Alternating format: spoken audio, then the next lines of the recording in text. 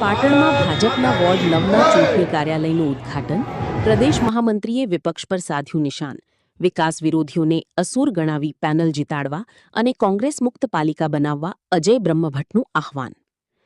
પાટણ નગરપાલિકાના ward number 9ના ભાજપના ઉમેદવારોના મધ્યસ્થ કાર્યાલયનું ઉદ્ઘાટન ગુજરાત પ્રદેશ મહામંત્રી અજય બ્રહ્મભટ્ટના હસ્તે રિબિન કાપીને કરવામાં આવ્યું હતું. આ પ્રસંગે તેમણે કાર્યકરોની પેનલ જીતાડવાની શરત સાથે વિરોધ પક્ષોની નીતિઓની આકરી ટીકા કરી 2047ના વિકસિત ભારતના સંકલ્પમાં સહભાગી થવા અપીલ કરી હતી.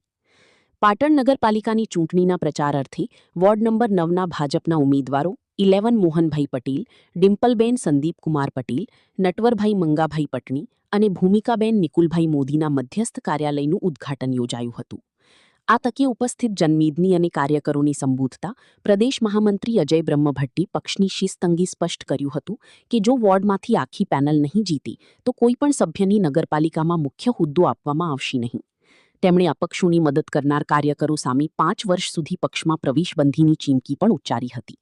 વધુમાં ઉમેદવારોને તાકીદ કરી હતી કે જીત્યા બાદ મત લેવા પૂરતું જ નહીં પરંતુ પ્રજાના રોજબરોજના પ્રશ્નોના નિરાકરણ માટે કાયમી કાર્યાલય કાર્યરત રાખવું પડશે, જેમાં ગટર, પાણી અને લાઇટ જેવી પ્રાથમિક સુવિધાઓની જવાબદારી નિભાવવી અનિવાર્ય રહેશે. જો ચૂંટાયેલા પ્રતિનિધિઓ કામ નહીં કરે તો તેમની સામે જિલ્લા ભાજપ દ્વારા શિક્ષાત્મક કાર્યવાહી કરવાની ખાતરી પણ આપવામાં આવી હતી. વિરોધ પક્ષ પર પ્રહારો કરતા અજય બ્રહ્મભટ્ટે જણાવ્યું હતું કે કોંગ્રેસે રાજ્યમાં 750 સીટો પરથી ફોર્મ પાછા ખેંચી લીધા છે અને તેઓ માત્ર ભાગલાવાદી રાજનીતિમાં જ રસ ધરાવે છે. તેમણે કોંગ્રેસના રાષ્ટ્રીય નેતૃત્વ પર નિશાન સાધતા સરખામણી કરી હતી કે જેવી રીતે ઘુવડ અને ચામાચીડિયાની સૂર્યનું પ્રકાશ દેખાતું નથી તેવી જ રીતે વિપક્ષની ગુજરાતમાં થયેલો વિકાસ દેખાતું નથી. તેમણે વિકાસના મુદ્દે તૃષ્ટિકરણની રાજનીતિ બંધ કરી પાટણમાં કોંગ્રેસનું પંજું ન આવે તે જોવાની જવાબદારી નાગરિકોને સોંપી હતી. વિકસિત ભારતના લક્ષ્યની ગોવર્ધન પર્વત સાથે સરખાવી તેમણે જણાવ્યું હતું કે નરેન્દ્ર મોદીએ ઉપાડેલા આ પર્વતને ટેકો આપનારા લોકો ભક્તો છે, જ્યારે આ કાર્યમાં અવરોધ ઊભા કરનારા વિરોધીઓ અને અપક્ષો અસુર સમાન ગણાવ્યા હતા. તો 2047 સુધીમાં ભારતને વિકસિત બનાવવાના લક્ષ્યાંક સાથે પાટણ નગરપાલિકામાં ભાજપના તમામ ઉમેદવારોની જંગી મતી જીતાડવા માટે આ કાર્યક્રમમાં આહવાન કરવામાં આવ્યું. નરેન્દ્રભાઈ ગુજરાતનું મોડલ આખા વિશ્વમાં પ્રચલિત કરે છે અને આ લોકો ગુજરાતને નેપાળ બનાવવા માંગે. ગુજરાતનું અપમાન કરનારા લોકોને આપણા ઘરના આગળ મત માંગવા આવે ત્યારે આ નેપાળ વાળી કરવા માંગે છે એનો જવાબ માંગવો જોઈએ.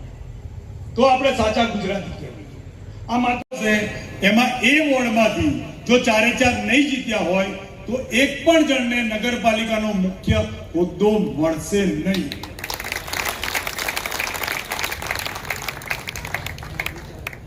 જે પણ કાર્યકર્તાએ અપક્ષને મદદ કરી એને આવતા 5 વર્ષ ભાજપમાં લેવામાં આવશે નહીં. અને આજે કાર્યાલય ખોલો છો તમે, મારે જીત્યા પછી કાયમી કાર્યાલયનું ઉદ્ઘાટન પણ તમારા વાતે કરાવે. ખાલી મત લેવા માટે કાર્યાલય ન હોય, કાર્યાલય પ્રજાનું રોજબરોજનું કામ કરવા માટેનું પણ હોય. એટલે જીત્યા પછી આ જ લોકોને જમણવાર સાથે બોલાવી કેસીભાઈ રમેશભાઈના હાથે કાયમી કાર્યાલયનું ઉદ્ઘાટન પણ તમારે કરાવવાનું અને એના ફોટા મને મોકલવા. પ્રજાનો મત એ બહુ પવિત્ર હોય છે. કેટલા શ્રદ્ધાથી ધોમ ધકતા તાપમાં લોકો બહાર નીકળી અને શ્રદ્ધા સાથે વોટ કરે અને પછી ચૂંટાયેલો કાઉન્સિલર પ્રજાની વચ્ચે ગટર ઉભરાતી હોય, લાઇટ બંધ હોય, પાણી ના આવતું હોય, ગંદુ પાણી આવતું હોય અને ના દેખાય તો કેવું લાગે? કૂતરું મરી ગયું લેવા માટે 10 ફોન કરવા પડે. એ આપણને ક્યારેય ના થાય.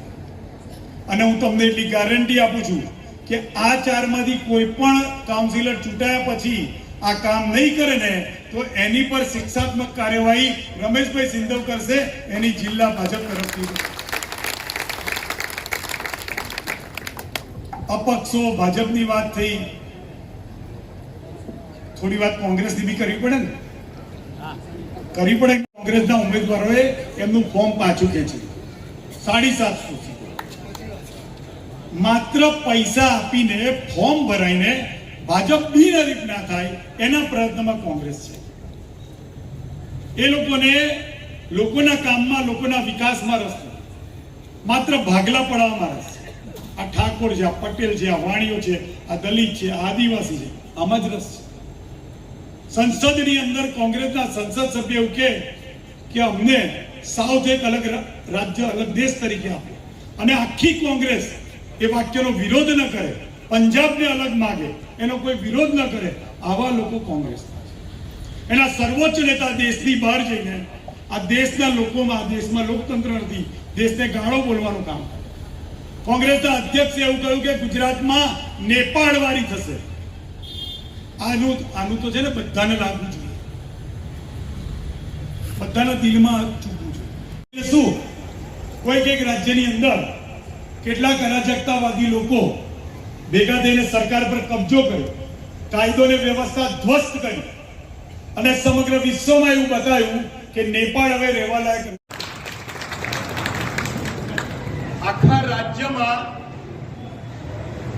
બધા ધ્યાનથી સાંભળજો, આખા રાજ્યમાં માત્ર પાટણમાં ભારતીય જનતા પાર્ટી ગુજરાત પ્રદેશે બધા જ ઉમેદવારો નવા આપવાનું નક્કી કર્યું. આપણાથી ભૂલ થઈ જાય અને કોઈ અપક્ષ વાળો જીતી ગયો એવું બને, માની લો કે કોઈ કોંગ્રેસ વાળી 2-4 સીટ જીતી ગઈ એવું સમજી, તો એ લોકો ત્યાં જઈને કરશે શું? જીતવા માટે, સરકાર બનાવવા માટે કેટલી સીટ જોઈએ? 23 સીટ જોઈએ ને. સરકાર બનાવવા માટે 23 સીટ જોઈએ. એમાંથી મને રમેશભાઈએ વાત કરી કે 32 સીટ તો આપણી એક ગ્રેડ નીચે જીતેલા જ છે. તો 32 જીતેલા હોય તો બાકીની 10 ફેંકી દેવાય. માટે આપણું ગામ, આપણી સોસાયટી, આપણું નગર એ કેન્દ્ર સરકાર અને રાજ્ય સરકાર જોડે તાલમેલ કરીને આપણે એવા 4 નવા ભણેલા ગણેલા ઉમેદવારને અહીંથી અને 11 વોર્ડમાં મોકલવા જોઈએ. એક વસ્તુની હું તમને ગેરંટી આપું છું કે આ વખતે ભાજપનું બોર્ડ ગમે તેટલી સીટો સાથે બને, એક પણ અપક્ષે જીત્યા પછી છોડવામાં આવશે નહીં. જે લોકો બહાર એવું કહેતા હોય, આમાંથી કોઈ જો સંબંધ હોય ને એવું કહેતા હોય કે અમને ફલાણા ભાઈ લઈ લેશે, તો મેં રમેશભાઈને, કેસીભાઈને કહ્યું છે કે બધાને જણાવી દેજો કે અપક્ષમાં ફોર્મ ભરનારને 5 વર્ષ સામે જ ગણવામાં આવશે, એને ભાજપમાં લેવામાં આવશે નહીં. ગેરંટી આપું કે ભારતીય જનતા પાર્ટીનો પણ કોઈ ચૂંટેલો માણસ ચૂંટાયા પછી પ્રજામાં ઓછો જતો હશે, ચૂંટાયા પછી પ્રજાનું કામ નહીં કરતો હોય તો એની સામે પણ શિક્ષાત્મક પગલાં ભરવામાં આવશે.